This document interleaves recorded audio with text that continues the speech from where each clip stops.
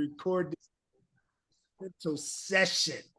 All right, so this is the last session. We covered a lot over these last 4 weeks. This is week number 5, the last one, execution and launch. So as always, first couple of minutes, I always ask, how are you doing? How's things going with, how's the business plans coming? How's the financials coming? Thanks, Johnny. I got your capability statement today, so thank you. I'll take a look at that. So how we doing? How we feeling? I'm doing good. Thank you for all of the templates that you provided. They were very helpful. Good. So you got to keep working, keep grinding. This is not a one and done thing. So keep making updates as you learn more, as you do more. Keep making updates. So I'm excited about that. So where are you? Talk to me. Where are you on your milestone, your goals? Do I need to pull out my papers and remind you of your milestones and goals? Or do you just want to tell me about it? I have a question. Okay, go ahead. Go ahead, Barbara. I was just going to ask, next, I'm considering this a practice for me because I'm pre-revenue and I'm not ready for a loan. But this investor pitch is primarily to qualify for a loan, right? No, not necessarily. It could qualify for. You could pitch to get a loan. You can pitch to get investment. You can pitch to get partners. You can pitch to do a bunch of things. Go ahead, Aisha. This is Aisha's specialty. So go ahead, jump on in there, Aisha. So I just want to tap into what you just said, Barbara, about being pre-revenue. Mm-hmm. Most of the CDFIs that are out there currently right now do not require you to have revenue. So they are lending primarily to startups and people that are just in business. Almost every CDFI has some form of a program within their lending portfolio that caters to startups. And it's funny that you mentioned that because I spent the weekend deep diving into, obviously I know a lot of these CDFIs, but I went to each of their program areas and really the criteria is very minimum. And the one reason why I did that, because I'm working with a client now that needs 500,000 commercial loan. And so I said, I know on the onset, he's going to need SBA 504, but there could be potential other folks that could provide him lending. I went through and I was like, wow, I didn't even realize that most of these guys are willing to lend to you with a 500 credit score and no revenue. Yep. If you can explain why, if that is your case, and that's not everybody's case, but if that's anybody's case where their credit score is a little low and their record is a little bit blemished, as long as you can speak to that, most of these guys are willing to extend financing to you. So get that out of your mind. You don't need any revenue. I have a question on that. That's great. For the CDFIs, are these banks or just people who have investment dollars and lenders? I mean, like what type of? So CDFIs are considered community development financial institutions. There are some banks that are also considered CDFIs, but CDFIs are community development financial institutions. So they're an alternative to a bank. Okay. They are an alternative, and there are many, like Momentous is one. Operation something somebody is one. I have a whole list. I think I might have put, yeah. And are they FDIC type of insured or? Oh yeah, 100%. Okay. 100%. Okay. And most have similar interest rates. Most can offer you 50,000 right away. Just depends on your needs and your industry. So the criteria is wide open. So it's not what people think. I think that's why this is so important. What we're doing here is to educate people on the knowledge. I think the misconception out there with most people is that, oh, my credit is blemished, I don't qualify. Oh, I'm not making any money yet, I don't qualify. And that's not the case. If you have a solid business plan and you have solid financial projections to match with your business plan, then most folks are ready to go with you. Most folks there's a ton. And so that's why we're hoping to capture for you guys at the Date the Lender event, because you're going to have an opportunity to liaison and apply with these people, because these opportunities are there. Like Quinice, for you, if you just need 50 grand, I got 4 or 5 CDFIs that'll give that to you. If you need 100 grand, I got 4 or 5 CDFIs that'll give that to you. Same with you, Barbara. So it's just about working with folks who know who these people are. And it's also relationship driven, right? I can speak to your business. I can speak to your efforts. So yeah, the opportunities are endless when it comes to CDFI. So they come ready, Brenda. That's what it sounds like. They got the money. Yeah, come ready to get it. That's really awesome. I have a question. So when we're pitching, will we have an opportunity to control the clicker, like to click from screen to screen, or are we using a screen? Or well, Jason, that's your area. It's not going to be your traditional pitch. So it's not going to be what you did in Rep and Ignite, Barbara. So it's going to be a little bit different. It's not going to be structured like that. So you don't need a PowerPoint from us or anything? Nope. Oh, wow. I don't. So the purpose of one of the things, a great segue into the Date the Lender event, Aisha. I appreciate it. So the Date the Lender event is going to be a little bit different, right? It's going to show you how to interact and build relationships with other organizations and other people, right? So I didn't want to do the purpose of this is not for you to get up and stand in front of an audience and get your clicker going and your PowerPoints and all of that. Barbara, all of you, not just you, Barbara, but all of you are going to have to actually network and talk to people and get to know lenders and get to meet lenders. And it's going to be a lot of fun. So no worries. I'm not going to have too much pressure on you. It's going to be a lot of fun, but it's not going to be your traditional, I'm pitching, I've got a timer, and, we got judges and things like that. No. We're not doing that this time. Maybe in the future, but not for Date the Lender. No. That is not that. So come ready, come prepared. Right? Remember the 1-minute pitch, that outline I gave you, the elevator pitch outline I gave you, the longer form. So the reason why I gave that to you, so that during the Date the Lender event, you'll be able to talk. And then I gave you the longer form pitch format, which provides the additional details and things like that. Is so after you make that network connection, after you meet that lender or you meet that CDFI or you meet that banker, and that banker says, hey, let's continue this conversation. You already have your detailed information that you can fire off to them in their email. And then so when you have your next conversation, you're ready to roll. They're familiar, you're familiar, you've done your homework like Aisha did over the weekend on CDFIs, so that you can find out and be ready to go, right? You got to remember, a pitch competition is just one step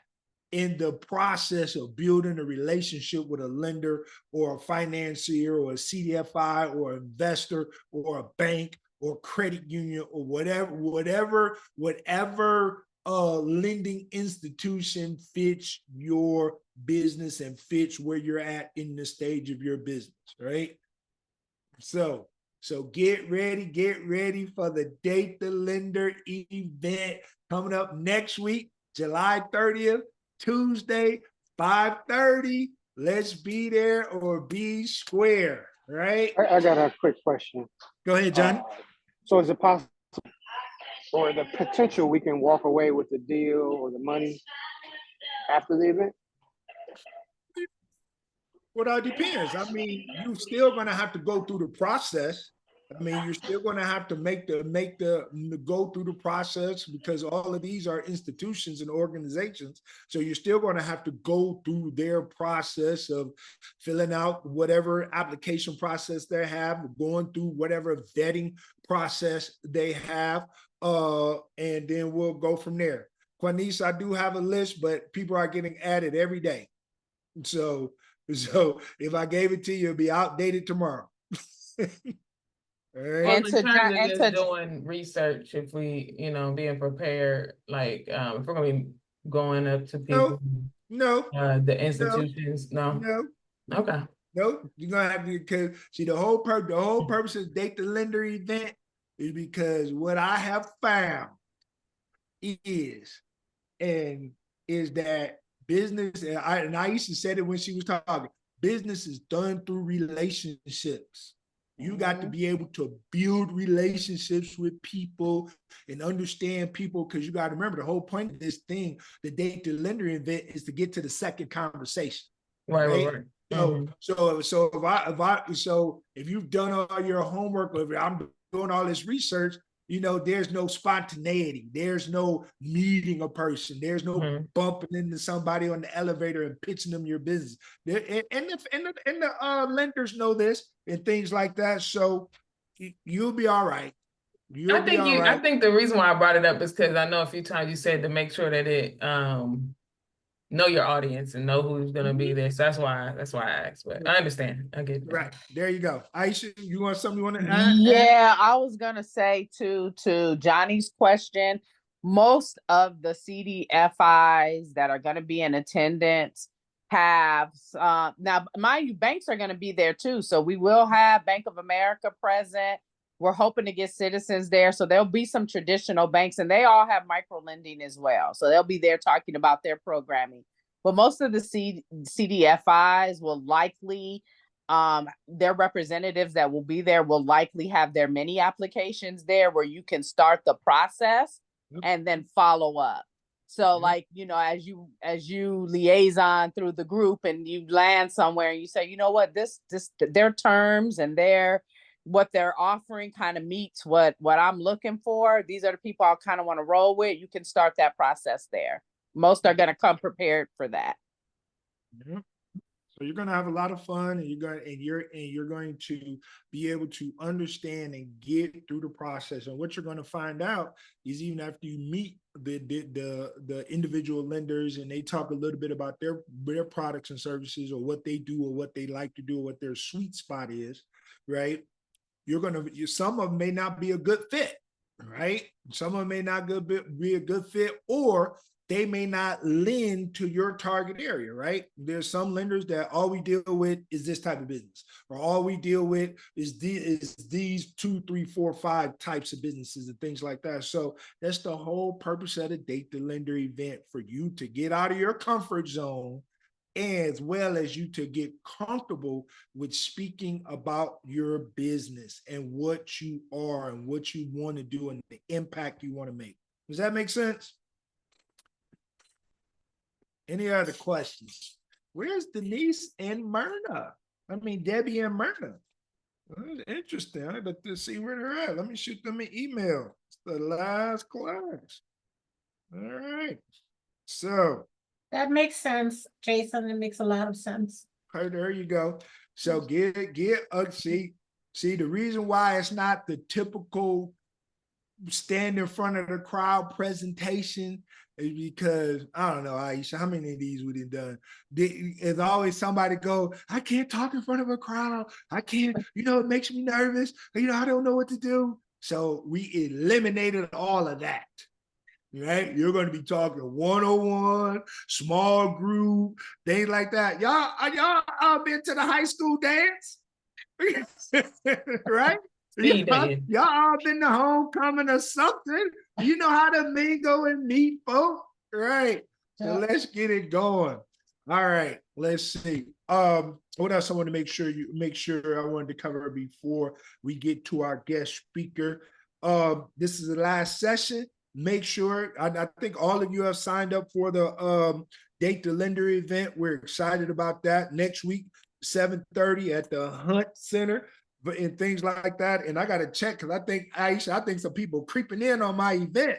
I was looking at these names. I was like, who is this? I don't know who this is. So we'll get it checked out and make sure that this is RSVP invite only.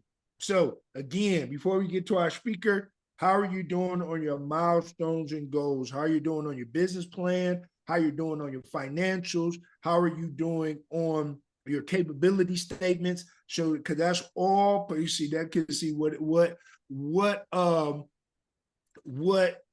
all of that is part of your thing, right? You're going to be at the date the lender. You know, you're going to make a great connection. You're going to you exchange business cards, and then they're going to say, hey, you know, you're going to be able to have your documentation and your information ready, right, to send, to continue the conversation, right? So, Cornice, make sure Demarion registers separately, right? So, because I need a head count. Okay, is that cool? Right. Yeah, if you don't see him on there, I'll have him do it again. Okay, Okay. great. Okay, so that means your pitch, your 1 minute pitch, your information, your business plan, and all the other things that you have been working on throughout these last 4 or 5 weeks to get done. And I know it's been intense, and I know it's been focused, but that's the whole design of this, is to get you moving on. That's why I say, that's what my little thing behind me says, time to launch. No more waiting around, waiting for the perfect moment, waiting for the perfect time. As I always like to say, it's time to, you know, maybe a bad reference, but it's time to pull the trigger, right? And go forth and do what you need to do regarding your businesses, all right? So how are you doing? Give me a couple of words of how you doing, Barbara. How you doing on your milestones? You I am struggling? doing great. I'm working Okay. with an accountant that's finishing up my financials, and they should be completed by this Friday. Then I'm going to take a look at them and become familiar with them and what it all means so that I can talk to that point. All right, because that was a big thing for you. That was way back in week 1 that Yep. you think was to get an accountant. I love it. I love it. Yep. The financials are going to be supposed to be done by when? Friday. Friday. So You know I'm putting that this on Friday. you know I'm putting that on your deal because I'm going to follow up with you, right? Okay, that's fine. So And, 7. no, go ahead. I'm sorry. Go ahead, Jason. No, go ahead, Aisha. I just wanted to say, if there's anybody on here that has not gotten any of their financials done through their accountant, Mo is our financial coach here within Access, but Mo doesn't really have that skill set to project the way that you guys need to project. So we brought on an additional team player who is well qualified Wow. to produce those financials for you. So once you get them from your accountant, Barbara, and you want him to take a second look at it, he's been doing this for over 20 years. He's gotten multiple businesses funded. He comes highly referred, and he is now on our team. And I would love that information. Yeah. Yeah. So today was actually his first day. So we're going to get him geared up with our system and all that kind of stuff. And by next week, he will be ready to start taking on folks to look at those financial analysis. And if any of you are familiar with QT Business Solutions, he comes straight from that area. Oh, so I think I do know him, Aisha. Yeah, you probably you know him. And Yeah. so he's been doing this for a very, very long time. He is very skilled in this. He's had high profile positions with banks. And he's gotten folks to the finish line with their applications for financing. So we're very happy to have Yusufer on the team. And I'll be sharing his details soon. Is he coming? Is he coming to date the lender? He's coming. He may not be able to attend date to lender because of the timing. It's in the evening, isn't it? Yep. Yeah, he has some evening commitments that we have to work through, but nonetheless, rest assured, this guy is official. Okay, I like Okay. it. I like it. So, how about you, Johnny? How you doing on your milestones and your goals? Well, just started the pitch deck a few days ago, so I'm working through that. So I want to ask, is it okay? Because I know you said it should be our own personality, but is it okay if we went to like Canva, found a template, and modified it, put the information with it? Heck yeah, it is. Yes, it is. says the Canva queen, right? Heck yeah, right. Right. Hey man, That's why I gave you that. That's why I gave you that list of AI tools and things like that in the beginning. Use that as your foundation, as your jumping off point, right? To spur ideas, spur, your thought processes, and and still just put your little tweak on it, right? To make it you. But heck, I agree with Aisha. Heck yeah, it is, right? Because that takes some of the pressure off of you to try to create everything from scratch. I love it. I love it. Now and again, just a reminder, I got your capability statement today, so I'll take a look at that. All right, Miss Quanice, what's going on with you? You got some big stuff you need to tell me. Well, I am just about done with this pitch deck, so that's good. Just a few little areas on the marketing or the market slide that I want to touch up on. So that'll be done tonight. That's good. The financials have been overview with my accounting team, and I end up putting together some numbers that reflect W-2 pay for owners. So it helped me bring the profit margin down, but still show a good double in profit by adding the trucks on. So that was a good win, I think, this weekend, was getting it so we can get paid as owners in our financials, and then still showing that the impact of what our ask would do for the financial. So yeah, I'm getting ready. Last thing I do is my business plan, make sure that's knocked out by the 23rd, or at least try to get to a firm area on it. Business growth plan, that is. But I am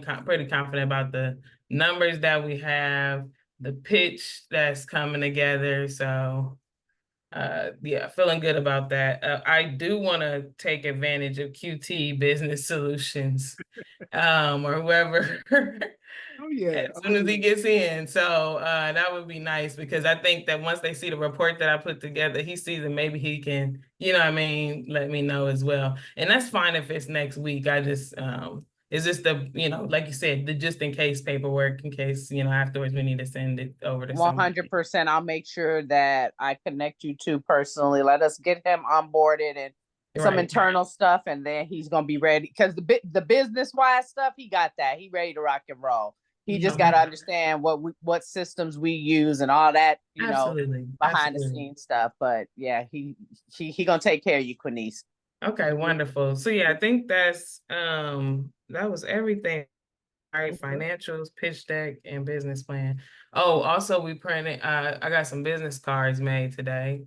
Crazy, we've been in business and haven't had business cards. So we've got those that'll be coming, and capability statements, in like a hard stock copy. So this kind of, we don't have like a whole lot of marketing materials, but it's a start. That's all you need. You got to get started somewhere. So I'm excited about that. And for those of y'all that don't know, Quanice is going to be at Dayton Linder. She's coming down to Michigan. Yeah. So we're excited about that. We're excited about that. And so now, I've taken up too much time with the overview and stuff like that, but you guys have some great questions, because I want to get our guest speakers on who are just like, they're dynamic, they're awesome, right? I don't want to say too much about them, because I want them to be able to tell their own story. So we got Al and Leslie Robinson. Al is he's a good buddy of mine, a good friend of mine. He's also, remember I told you, you got to have people as part of your professional network, your professional team that you can bounce ideas off of, talk. And one thing I like about Al, he's not afraid to say that doesn't make sense. That's crazy, right? So you got to have that person or people around you. Al is a successful, him and his wife, they're very successful in they're entrepreneurs and business people in their own right. But I'm just so excited that they're here, because not only are they business owners, but a little birdie told me his wife is like the bomb accounting person. So we're definitely excited about her being here tonight to talk. So I'm gonna shut up and I'm gonna let them go, because they got a whole bunch of stuff they want to cover with you guys. But I wanted to just let you know that I'm so excited that they're here. I'm thankful that they're here. Thank you so much for taking the time out, your schedules and come and talk to talk to the entrepreneurs. But before we do that, before I let you guys go, I just want to introduce Aisha Maxwell. She's the manager over at Access, which is kind of the sponsor of this course and things like that. And my client, who I work with to teach this course through. So I know she's always hidden and lurking, but she, without her, none of us would be here. So I just wanted to give a shout out to her. But Al, Leslie, take it away. Hey, Jason, can you still hear me? My computer went to hibernate all of a sudden. Can you hear me? Yeah, I can still hear you. Oh, wait a minute. We just lost you. Oh, you froze. Uh-oh. Let me text him and say, come back. Come back. You're frozen. Let's see. Oh, man. Not now. Not technical difficulties now. Let's see. Al, come back. You're frozen. All right. Give us 1 second. I'm texting him right now. All right. Come back. You're frozen. All right. So, yeah. So that's going to be a good deal. So while we're waiting for them to come back, make sure, give you an action task now. Make sure you get ready for Date the Lender. And what I want you to do is create an action plan, right? All the little steps you need to do to keep your momentum. Whether it's like Quinice say, we might need to get some more marketing materials, or I need to meet this person, or Barbara, you need to do X. I need to review my financials. Johnny, I need to finish my pitch deck. Make you an action plan around everything you need to do, and assign some dates to it to keep yourself accountable, right? And share it with someone else. If you want to send it to me, send it to me. And so I'll pick it up and look at it, maybe a couple of days, a week later, and go, it's 2 or 3 days past the date that, Johnny said he was going to have this done. Let me shoot him an email and see what he's doing. Because you need someone to keep you accountable, to keep your momentum going, right? And so is also what do you need to do to complete your business plan, your financials, your pitch, right? Who do you need to add to your team? Like Al is part of my professional team. He's a guy I can go talk to and say, Al, I'm thinking about this. Business is struggling here, things like that. And he goes, Jason, did you think about this? Did you think about that? And I go, yeah, no, I didn't. So it's always good to have another perspective, because you're so close to the business. Another perspective is somebody that's doing business and doing it successfully, right? So that they can help you walk through those challenges and things like that. And so, and now the last action plan, but the action items I want you to really focus on is all the things you need to do after you get your funding. Nice. All the things you need to do after you get your funding. Whether the funding comes next week, next month, 2 weeks, 3 weeks, soon as you get that check in hand, you should not have to think and go, okay, what are we going to do? You should go, okay, 10% goes here, 5% goes here, 3% goes here, 20% goes here, so that you're rolling and the money is making an impact on your business, instead of, yeah, okay, I did need to pay off my credit card bill, because I shouldn't have brought them shoes, or I shouldn't have brought them coats, whatever. No. You, as part of your action task list, you need to have what they call a post-funding plan down to the dollar. If you want to do it by percentages, if that's easier for you, if I get $5,000, if I get $250, or if I get $500,000, you should know what you're going to do with that money down to the dollar. Period. But that's where people mess up. That people get off into, they get their money and and I've seen it, Aisha's seen it. You're like, okay, what did you do with the money? Well, we've had people win pitch competitions, and we come back, a month later, what'd you do with the money? Well, I'm still trying to figure out. Like, what? Like, come on, I don't care if you win a pitch competition and you get $500. you should be able to do something with that $500 to impact your business. Yep. I have a So, question. go ahead, Barbara. When we come next week, should we bring like 10 copies of our business plan, 10 copies? Nope. No. You should be ready to meet, mingle, talk, and then get that second conversation. And you should, during that process, you should say, do you mind if I email you my business plan? You know, so we can continue this conversation, right? So this is going to be free flowing, fun. You know, like I said, it's going to be part Survivor, part speed dating, part, you know, what's that, what they call it, Romance Island, whatever, right? None of them shows I watch, just to let you know, but it's going to be that, right?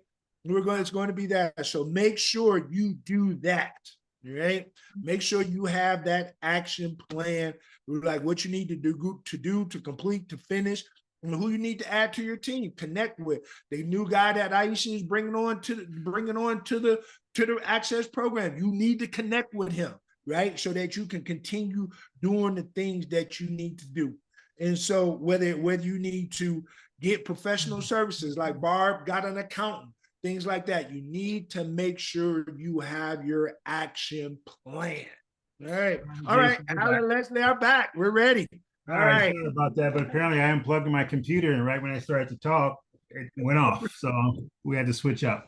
That's all right. We got some more stuff about the class in while we were waiting for you guys to come back. So take it away. All right. So very quickly, hi everyone. I'm Al. This is my wife Leslie. Hello. We've been married 30 years coming up this November, and been business partners for 20 of those 30 years. And so our background is, she's a CPA, I'm a cost accountant. So don't hold that against us. We're actually a lot more fun than those titles would lead you to believe. So the way we started off, we both started off in corporate, and we had kids. Leslie was a stay-at-home mom for a bit, and then she saw, we owned 3 locations of Edible Arrangements. We had 4.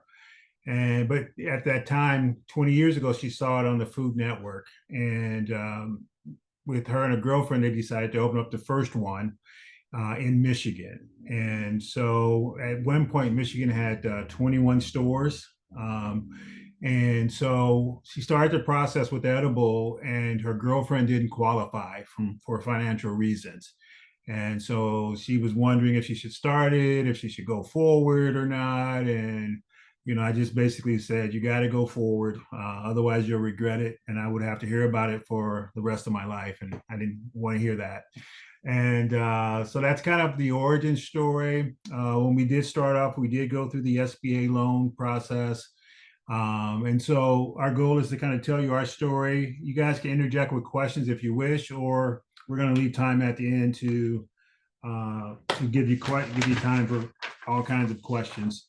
And so the motto that I have for you guys is, as you structure your presentations or talking to these different lenders, is you have to walk into it with the lender in mind. And that question is, how do they get their money back? And it could be a lender, it could be an investor. But if your conversation is just how great you are and how great your business is, all they want to know is, how am I going to get my money back? And so that is the core question that you have to incorporate into your presentation. So that's where we'll start. Pre-funding. Did you want to talk about the pre-funding? No. So basically, in the summary of this session 5 for Seeking Capital, Jason wrote down that this was to talk about crafting an action plan to go after and secure capital funding, and then identifying the steps needed after capital is acquired or received. So as Al said, you know, he's the guy that breaks it down into very succinct pieces of information, big picture strategy guy. I'm the one that will get into the details, lost in the weeds. He says that I'm the A student who sits up front. He's the C student who sits in the back, but we end up at the same place. And so it has worked for us very well for 30 years. So my kind of outline is a little more thorough. So I'll kind of follow that a little bit. And then Al's going to jump in where he sees fit to cut me off or to add. So along that line, so my outline is 7 points. Her outline is 2 pages. Okay. So, but that's important in your business relationships as you guys work together and you bring on teams or teammates. You got to make sure you understand what each person brings to the party, right? And it's not negative or positive, it just is. And so as long as you're going in the same direction, you'll get there, right? And so, as he said, I love what he basically summarized it into the core question that we have to answer is, how do I get my money back? So when we're done with this session, we hope you have the mindset and knowledge and a few tools to answer this question of how you're getting your money back, pre-funding and post-funding. And so when you're going after funding, you have to realize it's not about you, right? So you have to keep their point of view in mind. And their point of view, whether you are going after debt or equity, is the ROI. So the ROI for a debt person is the return of their investment, like give me back my principal and some interest. And if you are looking at, more on the equity side, then they want to make sure the value of your business is up. Maybe they're getting some dividends or distributions, or if it's just friends or family, maybe they want discounts or free stuff. But basically, anybody who's helping to fund your idea is looking for a way to get something back. What you're doing through Access and through these meetings and many of the other great tools that we've heard just in the intros is that you're getting your information in order and you're using tools and checklists and consultants for this because it's a major project. The pre-funding part is a pretty major project. There's all kinds of things you have to get ready, like your executive summary and your company structure, your business and marketing strategies, your financial statements. I heard people talk about your P&L, your balance sheets, your cash flow statement, tax returns, bank statements, legal documents, personal and business credit scores. So those are just a few of the things, and trying to keep track of all of that is something you don't really want to go on your own with. You want to use a consultant, you want to use the tools that are available in the interwebs and keep track of what you have to be doing, keep track of your deadlines and etc. Then Al's got a point to make here too. Yeah, so in order to net that out, you have to have good books. And your good books have to include how you're making money now, what the cash flow is, and that there's a profit. The young lady, I think Quinice said, oh, I'm actually making money now, or I can pay myself. Well, that's one of the things that lenders look for is, if you can't pay yourself, how can you pay me back? Right? So, because you need to eat, you need to have a place to live. And so they're going to take all those things into consideration. So you just can't ignore that part of it. As well as on that cash flow, you got to do cash flow prior to getting the money, and then cash flow after getting the money. We call it working capital on the other side. So that's key. So go ahead. Did you want to jump into? Yeah, so then again, following my 2-page outline, just identifying the right funding sources, which I know you guys talked about in session 3. So you discussed, I'm expecting raising capital without giving up equity. So everything from crowdfunding to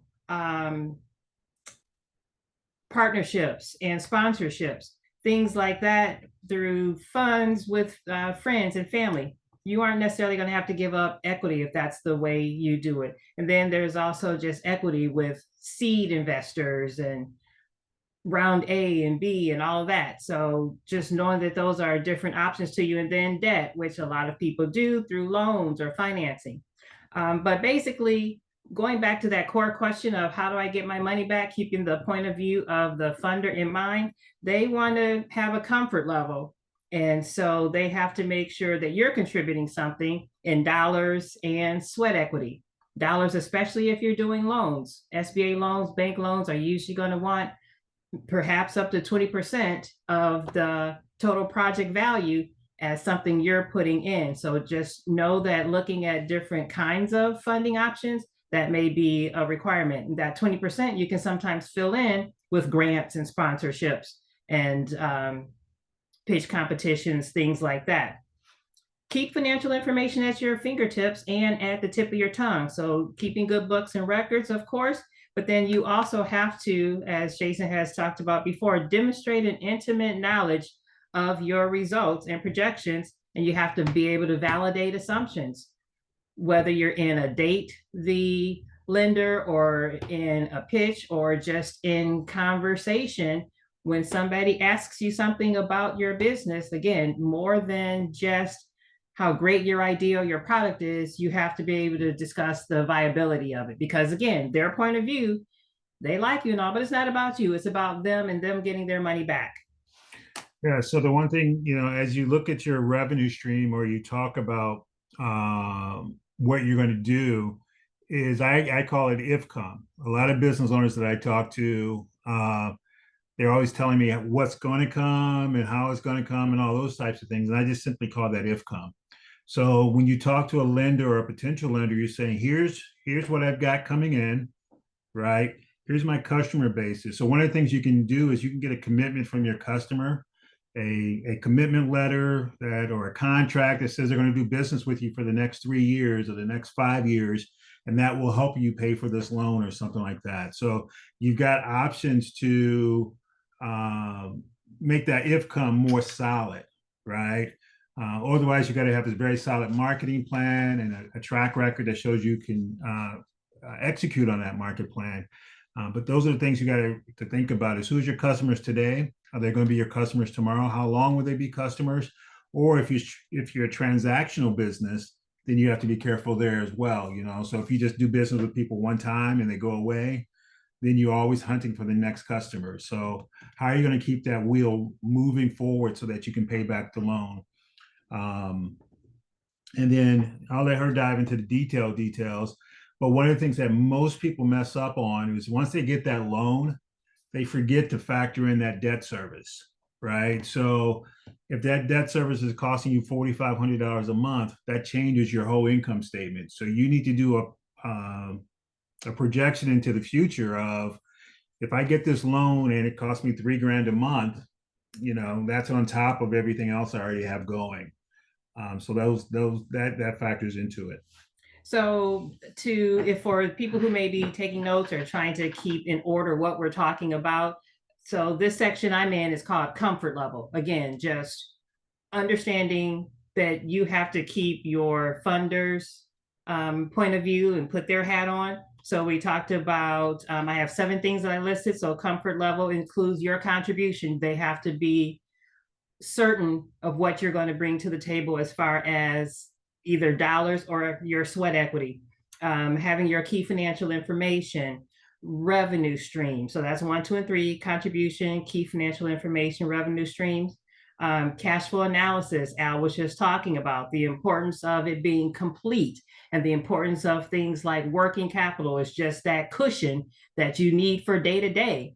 You can have a very thorough set of projections that list all these different line items, but then there's stuff that comes up that you never even thought was going to happen. So just make sure that working capital and day-to-day working capital really can be from getting from month, March to April, can be from March 1st to March 15th, can be from March 1st to March 2nd. So basically, you just have to make sure that you consider all of that. The 5th item is in the topic of getting your funders comfortable with you, is maybe there's investors or co-signers that you have that can come along with you. So if you have X amount of money, maybe you have friends, family that can co-sign or that can invest with you. So that's an important thing that can help them be more comfortable with giving you capital.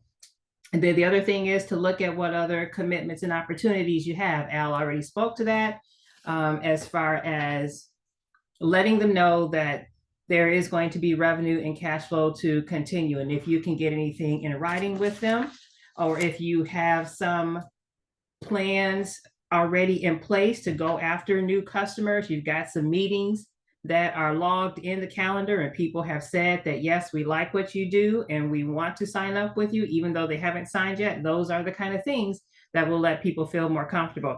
And then finally, of course, if you have collateral or do guarantees, all those in the pre-funding, help get the potential funders comfortable with doing business with you, giving you a loan, or investing in you from an equity side of things?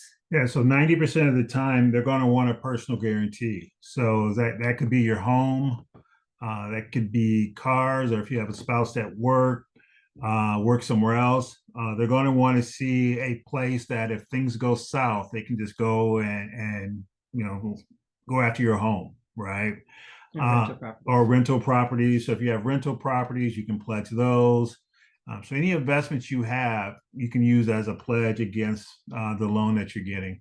And one thing as well, as you project out into the future, I see the young lady with the truck in her background, is there's a certain amount of money you should allocate every month for maintenance and replacement of that truck, right? So what that means is if that truck is a $50,000 truck, then maybe 10% or 5% a month you should be putting away every month.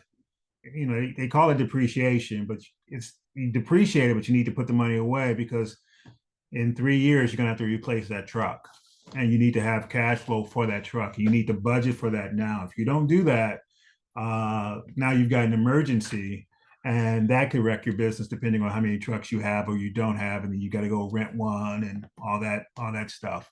So you got to take into account all equipment that you guys have that is instrumental in your business. You've got to put a piece of that aside every month. It could be 3%, 4%, a number that if the expected lifespan of that equipment is 10 years, you've got money to purchase that equipment in 10 years. And now we'll go into some of the my story parts just under the pre-funding. So it's hard to believe that 20 years ago this month, we signed our first franchise agreement to bring Edible to the state of Michigan. And at that time, we were in the pre-funding stage. We saw the idea and thought it was good. So we had to go through all of this. We used SBA loans. We used friends and family. We used our own savings. We used collateral and equity against our home, my parents' home. We did whatever we could to get the money flowing and going, and we did that, and then guarantees and all of those things. So once we got the funding, then it's post-funding. So they say yes, that's what you want, right? And so they say yes. When they say yes, first thing you do, of course, is celebrate. You have to take time to acknowledge the accomplishment, because it seems like it's easy, and it is in some ways, but there are plenty of no's to go around as well as with the yeses. And you put in the work, and once you have gotten to that point where someone is saying yes, you want to celebrate. So acknowledge that accomplishment and know that that additional cash is actually a critical form of defense. So having additional cash is, I know someone who calls it like a moat. There are different things that can help you. And so cash is a very important part of your arsenal. Right. So before she goes too far into the post-funding, one of the things that she's super, super good at is using credit cards. And she's very strategic. So credit cards will be a part of your business as you grow. And so in her case, she always has credit cards, one connected to an airline, one connected to a hotel. I don't know what else you got going, but so that there are cash back. And so you have, 3 or 4 different credit cards you use where you're getting a benefit on the other side. Right. And so when we travel, people always laugh. So our daughter plays volleyball. So we travel to every volleyball game she's had since she's been in college. And people always wonder how we do it. We use points. So because our business, we spend so much money on our cards, then we can always go stay at a Marriott or a Hilton free of charge for that weekend, or take a free flight on points or something like that. So those are the things that can help you offset some of your cost of doing business. But credit cards sometimes can be a lifesaver. So don't overuse them, obviously, but they're not a terrible, terrible thing as well. But be aware that, that credit card you get 5 minutes. So that credit card you get, you may be at 15%, and then you look up and they change the rate to 30%. And so it can become a weight very quickly. So that payment that was $500 a month is now $800 a month, and that can wreck your cash flow as well. Not 5 minutes out. I just want to throw something in there to remind the group that Leslie talked about all the things that you guys used in the pre-launch or pre-seed or whatever, and as well as credit cards. Remember a couple of classes ago, we talked about having a capital stack, right? So it's not just, you just don't have one source of funding and you're totally reliant on that one source, right? Even when Chase was here, she talked, the young lady from Chase, she talked about, a line of credit, then your credit card, and then a traditional loan or an SBA loan. So I want you all to remember that, the entrepreneurs to remember that, it's not just one thing. You don't be so, oh my goodness, I didn't get it from Chase, or I didn't get it from the CDFI. There's multiple ways to fund your business. And when Leslie was saying all the things you guys did, I don't know if you saw me, I was like, yes, that's what we've been talking about, right? Doing the things you need to do to ensure you have the proper amount of funding. So yeah, so you guys got about 10 more minutes, so do your thing. Okay. So then back to post funding now, like I said, celebrate. And then after all the exhilaration, and then it's like reality, like, okay, as I said before, in pre-funding, it's not about you. After funding, it is a little bit more about you, because now you have the money and you need to use it the way you planned. So you still have to have that ROI point of view. So how do you get them paid back, and how do you, get them the return that they're looking for? And what you do post-funding often depends on the purpose and the type of funding. So a business loan versus seed funding versus line of credit and things like that. So, oftentimes in presentations and things, they say there's the 3-tell mechanism: tell them what you're going to tell them, and then tell them what you told them. So the tell them what you're going to tell them is really like the pre-funding. The time that you get funding is now actually you're telling them, you're actually going and you're doing the work, you're selling the products, you are giving the service, you're doing the thing that is going to give the people who funded you a return. And then the tell them what you told them is when you have completed that. So for us, now that we did the funding, we paid off the loans, we did all that, now we have a story to tell. So as we go to our next ventures, we can say, we did this, we successfully launched this business, we successfully paid back the loans, we successfully gave the investors the return that they were looking for. So that's kind of where you are now. The important thing to do post-funding also is to follow the detailed guide for how and where you'll direct the funds. You put that together before you were funded. You said, please give me this money. This is what I'm going to do with it. So now don't go into the mode of like, oh, squirrel. And then you don't do what you were supposed to do with that money. Stick to the plan.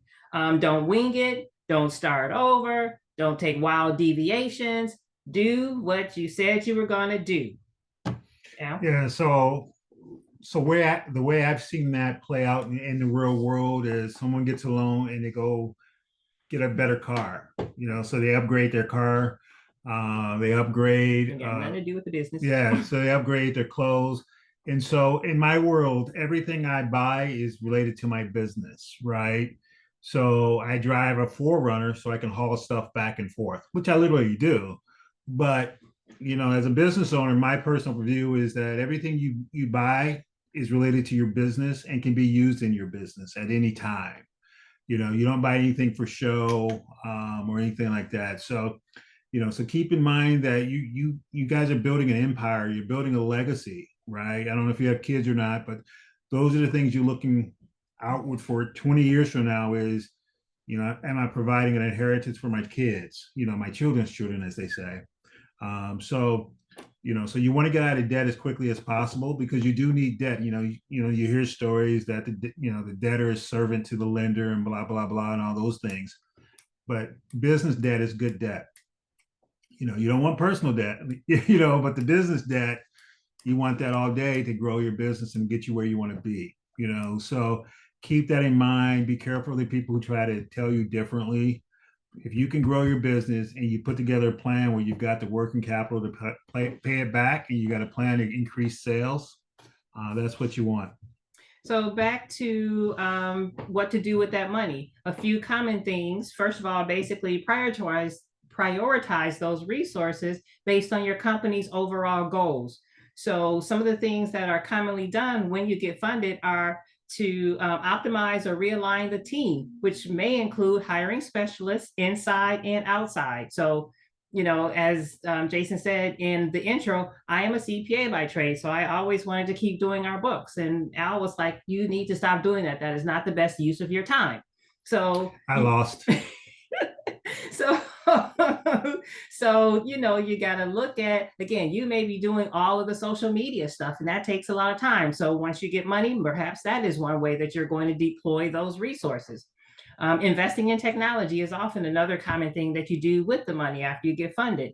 Continue to evaluate your sales and marketing to grow your revenue, but be careful to not just have so much money spent on trying to acquire new customers. You can get into that, you know, Google trap, trying to keep buying more and more Google words. And that just is like a race to the bottom, because it's just going to get more and more expensive.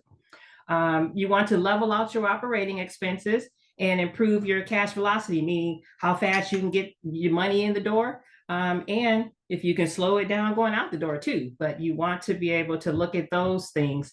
And very much important, as Al touched on before, how much do you keep in reserve, not only for those types of things like maintenance on your vehicles and things like that, but just always having a cash flow. You pay yourself first with your personal, do the same with your business, because you want to have a business savings account, business investments account, something. Be sure you're continuing to have some cushion.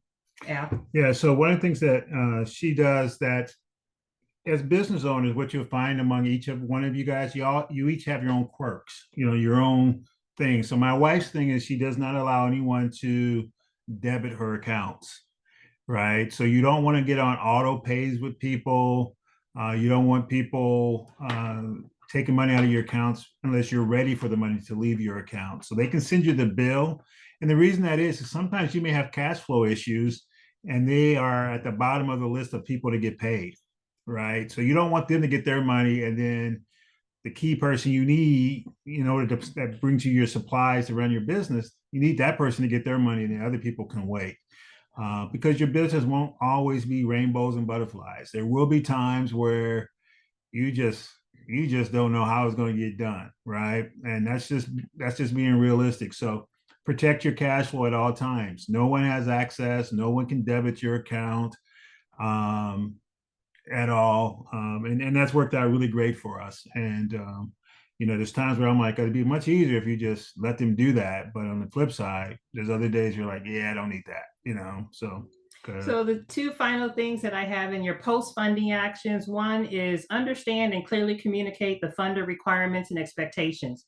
So you may have reporting requirements. Some are formal, where they want a certain report every month or every quarter or something like that. Some may be informal. And even if it's not written, it's important for you to just keep in touch. Don't go dark. Don't have radio silence. Be sure to collaborate with them, especially if you were doing so pre-funding. And then just keep that comfort level and accountability there so that they feel good lending you more if necessary, investing more if necessary, but don't just, you know, take the money and run type thing. Because, you know, you weren't there to steal, you were there to collaborate and partner. Be sure you understand the disclosures that are required by them. Be sure you understand the terms. When is it due? How is it due? All of that. And then I have a note that says, don't hate, automate and delegate. So automate is what Al was saying. If you're not going to be that person that keeps track of those things, delegate it or put it on auto pay, but just make sure that whatever are the commitments you have made, that you keep those. And then yeah, so if you don't like something, you're not going to like it. If you don't like it today, you're not going to like it tomorrow, right? So if you don't like doing the books, outsource it.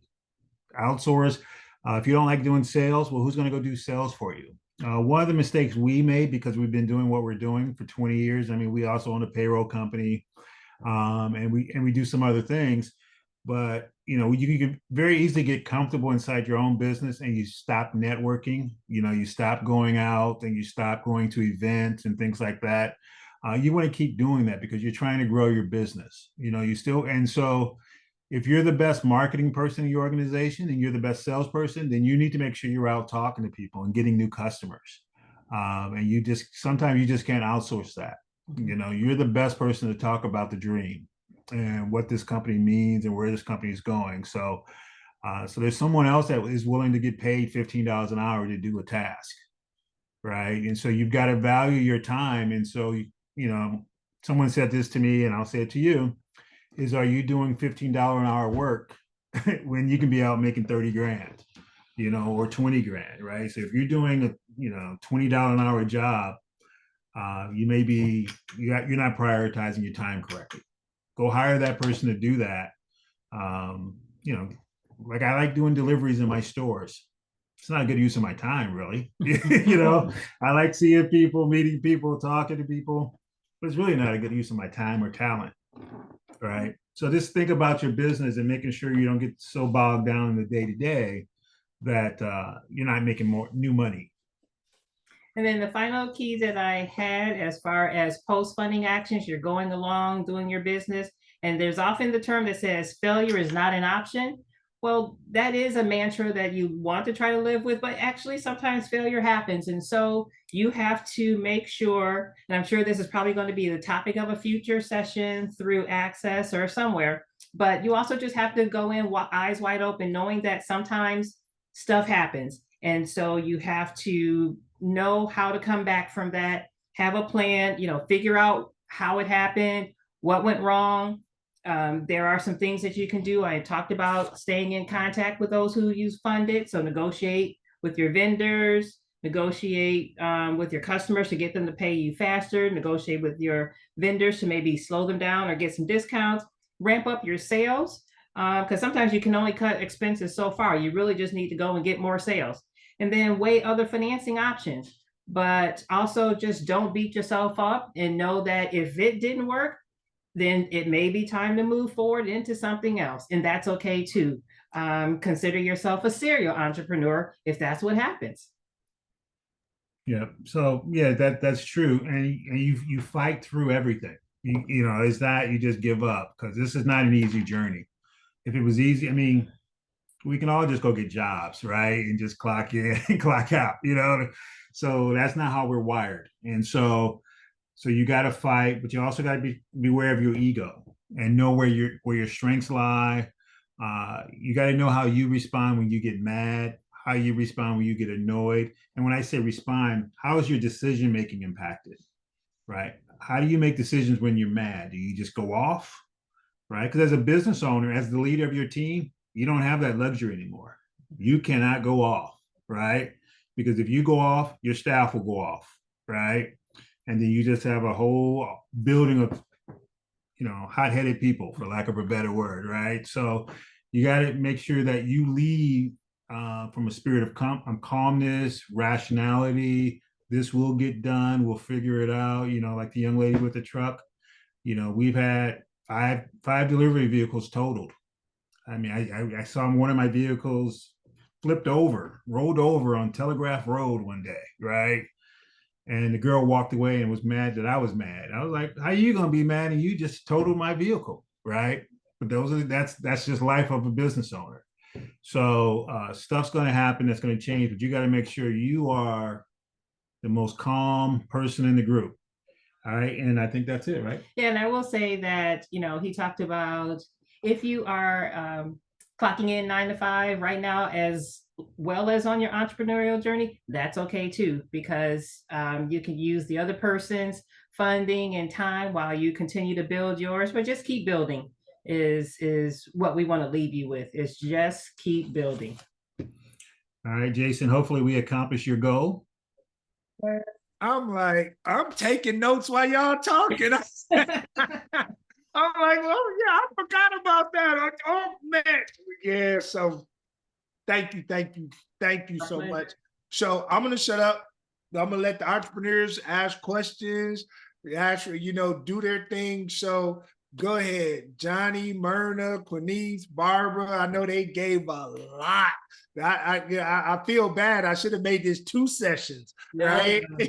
Next time it'll be 2 sessions, right? So you guys can take your time and really walk us through it and do it and give the information that you share with us. So, you guys, questions for Leslie and Al? That was some really great advice. Thank you so very much. I took some great notes and wrote down a lot of the information that you covered. And so I'll be definitely using it and implementing it. I mean, you make a great point about what ticks you off, what triggers you. And, because sometimes I get so frustrated on this journey because I think that it's just taken too long to launch my product. So it's just quite a journey, and it is frustrating sometimes. So thank you for all of the great advice. Well, there's a saying that I got from a pastor many, many moons ago, and he said to be in a slow hurry, and so part of your journey is you will get there when you're supposed to get there. Well, that's good. That's good. You have to go as fast as you can slowly, so that you do it the right way and you get it all done. And you dot every I, cross every T on your journey. And you're going to blow up some stuff along the way, so don't beat yourself up when you do. Okay, thank you.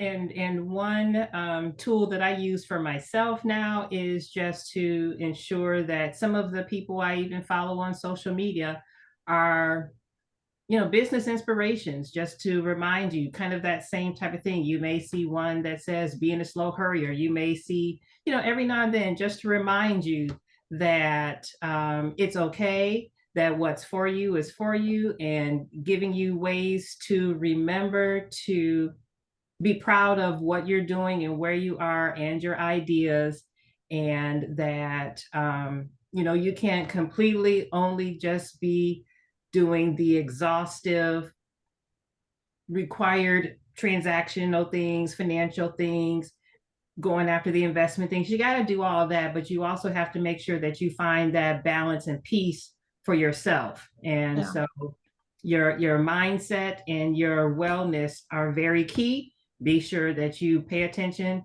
and give some honor to your self-care. Thank you. Yeah, so all I have one last thing to that is that, and I'll be a little bit sexist when I say this, but I'll say it anyway. Women, you guys tend to be very, very tough on yourselves, and you don't give yourself enough credit, right? You're smarter than the average bear, right? If stuff doesn't work, doesn't mean you're dumb or you're stupid or whatever. It is sometimes it just didn't work, right? But you're still smart. You jumped out of there. I mean, for everybody on this call that's running down this entrepreneurial game and everything else, is only, I think it was like 3% ever start a business, and it's even smaller when it's the Black community, right? So you're doing something that the vast majority of people you talk to won't be able to relate to, right? So your business, your new friends are going to be business owners, right? Because they can understand what you're going through. And that's what you need to have, is you need to have mentors and people around you that are going through the same things you are, so you can have real conversations. Yeah, right? This community right here is key. Yeah.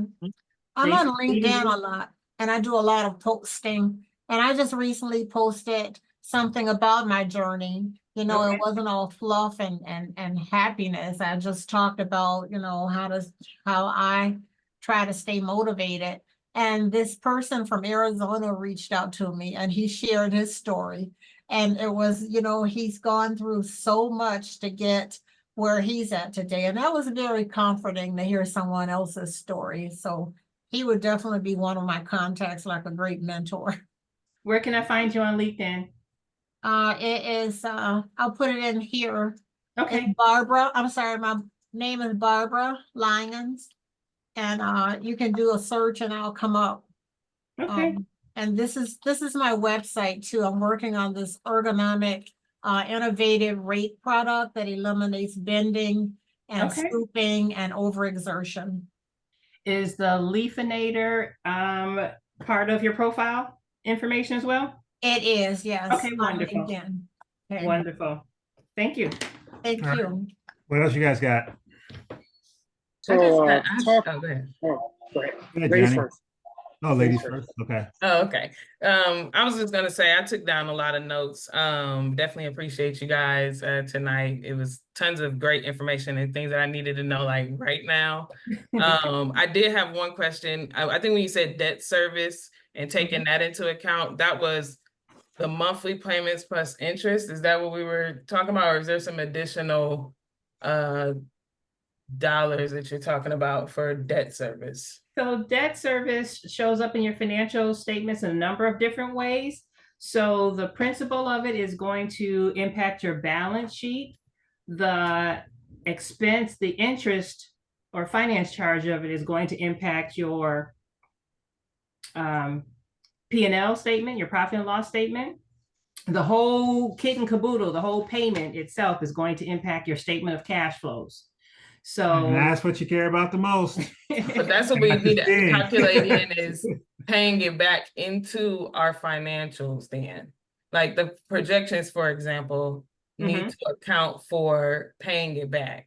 yes, indeed. And so Right. As like depending its on own line the, item or whatever. yeah, depending on the financials that you are asked to submit, which are usually your profit and loss statement, your balance sheet, and your cash flow statement.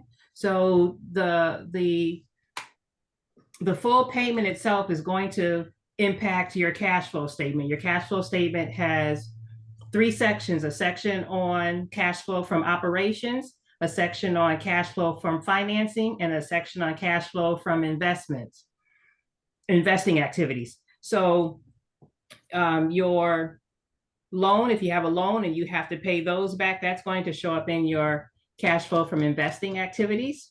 So you do want to make sure that you have that there, and your potential lenders, potential investors are going to want to know that that is not money that just, comes to you, but then that you understand how it will impact your operations. All right, so Quinice, I'm going to say it in English for you. So, so what you need to do is you borrowed money, and let's say your revenue every month is $8,000, right? But this new loan you just secured is $3,000 a month, right?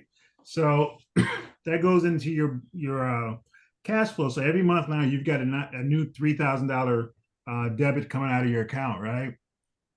But you still had everything else you already had. So you had rent, you had car loans, salaries, and all that. So if you were at 8,000 before and you were walking home with 1,200, and you just add a new 3,000 debt load to that, now you're underwater.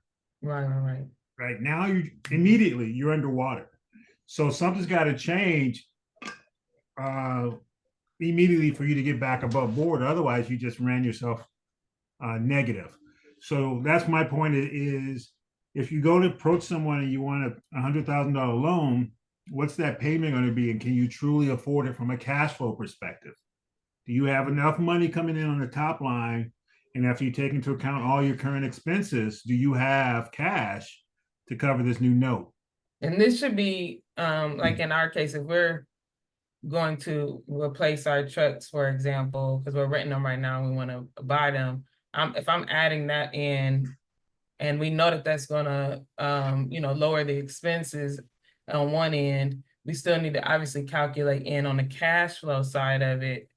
Yeah, the difference. Future projection of that payment coming out in there. Okay, so that's one thing that I wrote down too, was just to do a cash flow after getting money. And I know we talked about doing cash flows. I got my current cash flow, but I did not do forward. And I think we said just 1 month. No. That's the example she used, but you need to do, I would say 12 months. Right. Okay. So you, like you said, so you go from renting. So what else changes for you? Now that you bought the trucks, now you have insurance payment. I get insurance anyway. Well, we have insurance now. In those trucks. Yeah. So now you got another note that just developed. So and now you've got fuel and some other things that are, because when you send the truck back from a rental perspective, you filled it up, but that's done. But now that you own it, maintenance, oil changes, Right. all your new costs that you didn't So have. we have that maintenance line calculated in right now, but what I didn't have was the depreciation. And like how to, put that in there too. So that's why I was right. That's why I said I got so many notes, because I'm like, yeah, I'm gonna need to add the depreciation value in there in that area where I have it as like what our maintenance costs will be on the yearly, because we can get a maintenance plan that we've looked into. So yeah, those are some of the things that I took down. I took down really a lot of notes on there and things that we need to kind of I want to stay up on top. The commitment letter as well. Mhm. Did not think about getting that. I thought, having the contract itself, but the contract is kind of like an ongoing contract for us. So I think the letter, I'm gonna ask for that letter, have the commitment letter from the clients that we already have right now. Right. So if they can say they'll be with you for the next 3 years, it may or may not be true, but it'll look good in front of your lender. Yeah, that was so those were the gems that I'd say thank you so much for. Absolutely. Be in close contact with your accountant and ask questions. I mean, some things are weird. It's just accountant speak. So like that depreciation you talked about, what it means to a financial accountant versus a tax accountant versus you could be three different interpretations. So, make sure that you understand what that means on your financial statements and what that means for your cash flow. Depreciation in and of itself does not technically impact your cash flow, but it does impact your profit and loss. And you want to just kind of keep that in mind as far as, knowing as your equipment ages. For us, like Al said, we've been doing this for 20 years. We've had many delivery vehicles over the years, and as they get older, they cost a lot more. So it's an interesting thing. Your payment is going down as far as your cash flow out to the person that lent you the money to buy that. But then the cash flow required to maintain them tends to go up because they're getting older. So you just want to make sure that you kind of bake that into your knowing money that I'm going to have to spend out. One good thing is after you pay off that note, just keep that money going into your account for that maintenance and those breakdowns and things that are bound to happen. We've got trucks, we've got coolers, we've got all kinds of things that every time I turn around, somebody's texting me about something that needs to be fixed. So yeah. So last thing I'll say to you about the trucks is create a log so you know when all your maintenance is done, and make that someone's job to maintain your trucks internally. Because you don't want anybody to walk up and say, wow, this truck hasn't had an oil change in 10 months, or 70,000 miles. And now you got a bigger issue than you had.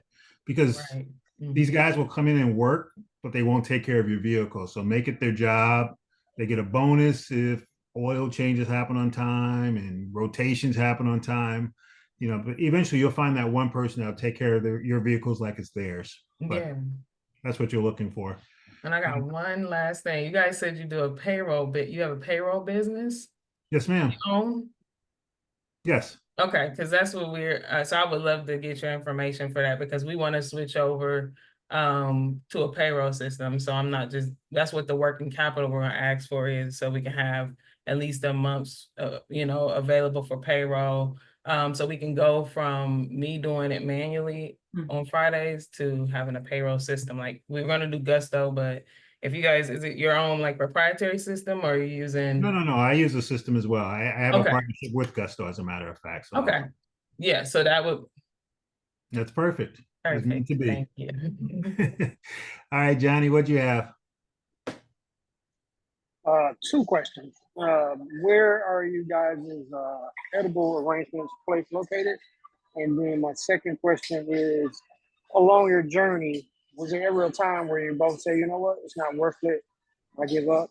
And then how were you able to pivot to get back in the game? All right, so our locations are in Troy, Dearborn Heights, and Detroit, 8 Mile Woodward. So as far as, so what's different about our journey a little bit is because we're in a franchise group. we have a franchisor that can make decisions that make life a little bit more difficult than us just doing business with our customers, right? So there's things that change that we don't always agree with or that we don't always like. I'll let my wife answer was she ever ready to quit or whatever, but go ahead. So as far as pivot, there's been many times we've had to pivot. It could just be a cost structure change. So, we're paying X dollars for chocolate and now we're paying 3 times more. So that's a pivot. The fees went up 200%. So that's a pivot.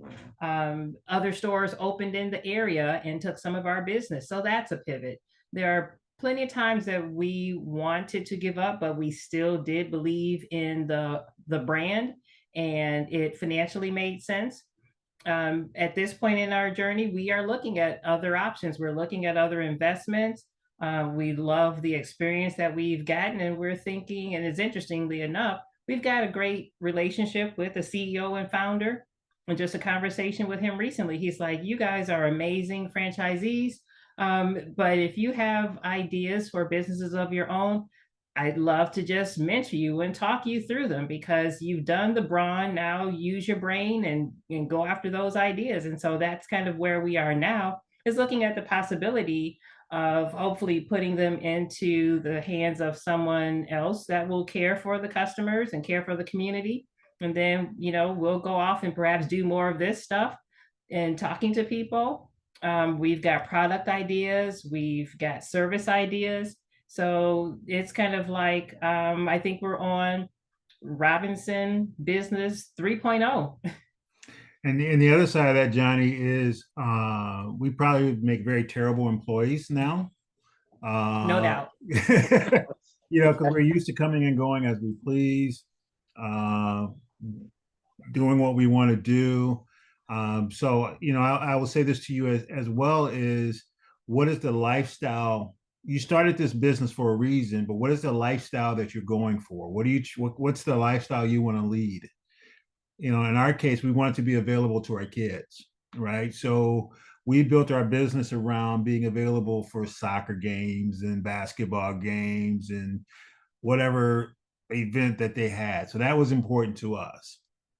And so part of that is as you build your business and you do the things you're going to do is, don't forget what you were trying to accomplish. There's a goal that's bigger than just making some money and saying you own a business. It's, I'm available, right? My kids will never ever be able to say their parents were not available, right?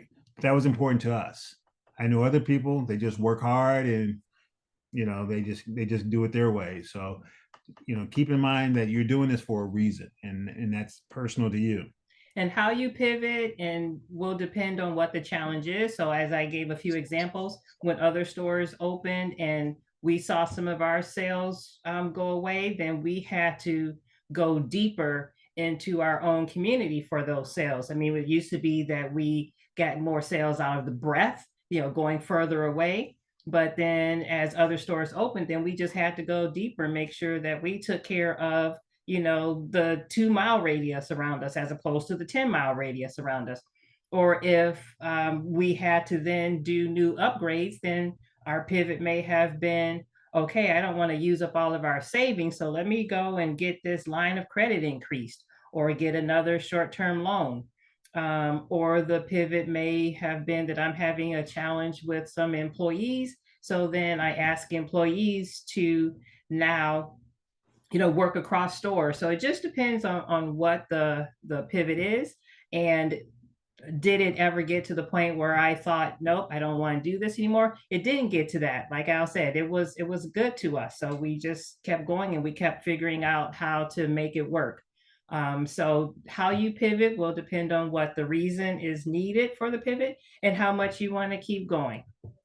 Last thing I would add is, I can't escape this, but I will share it with you guys, and maybe you can shield yourself as well.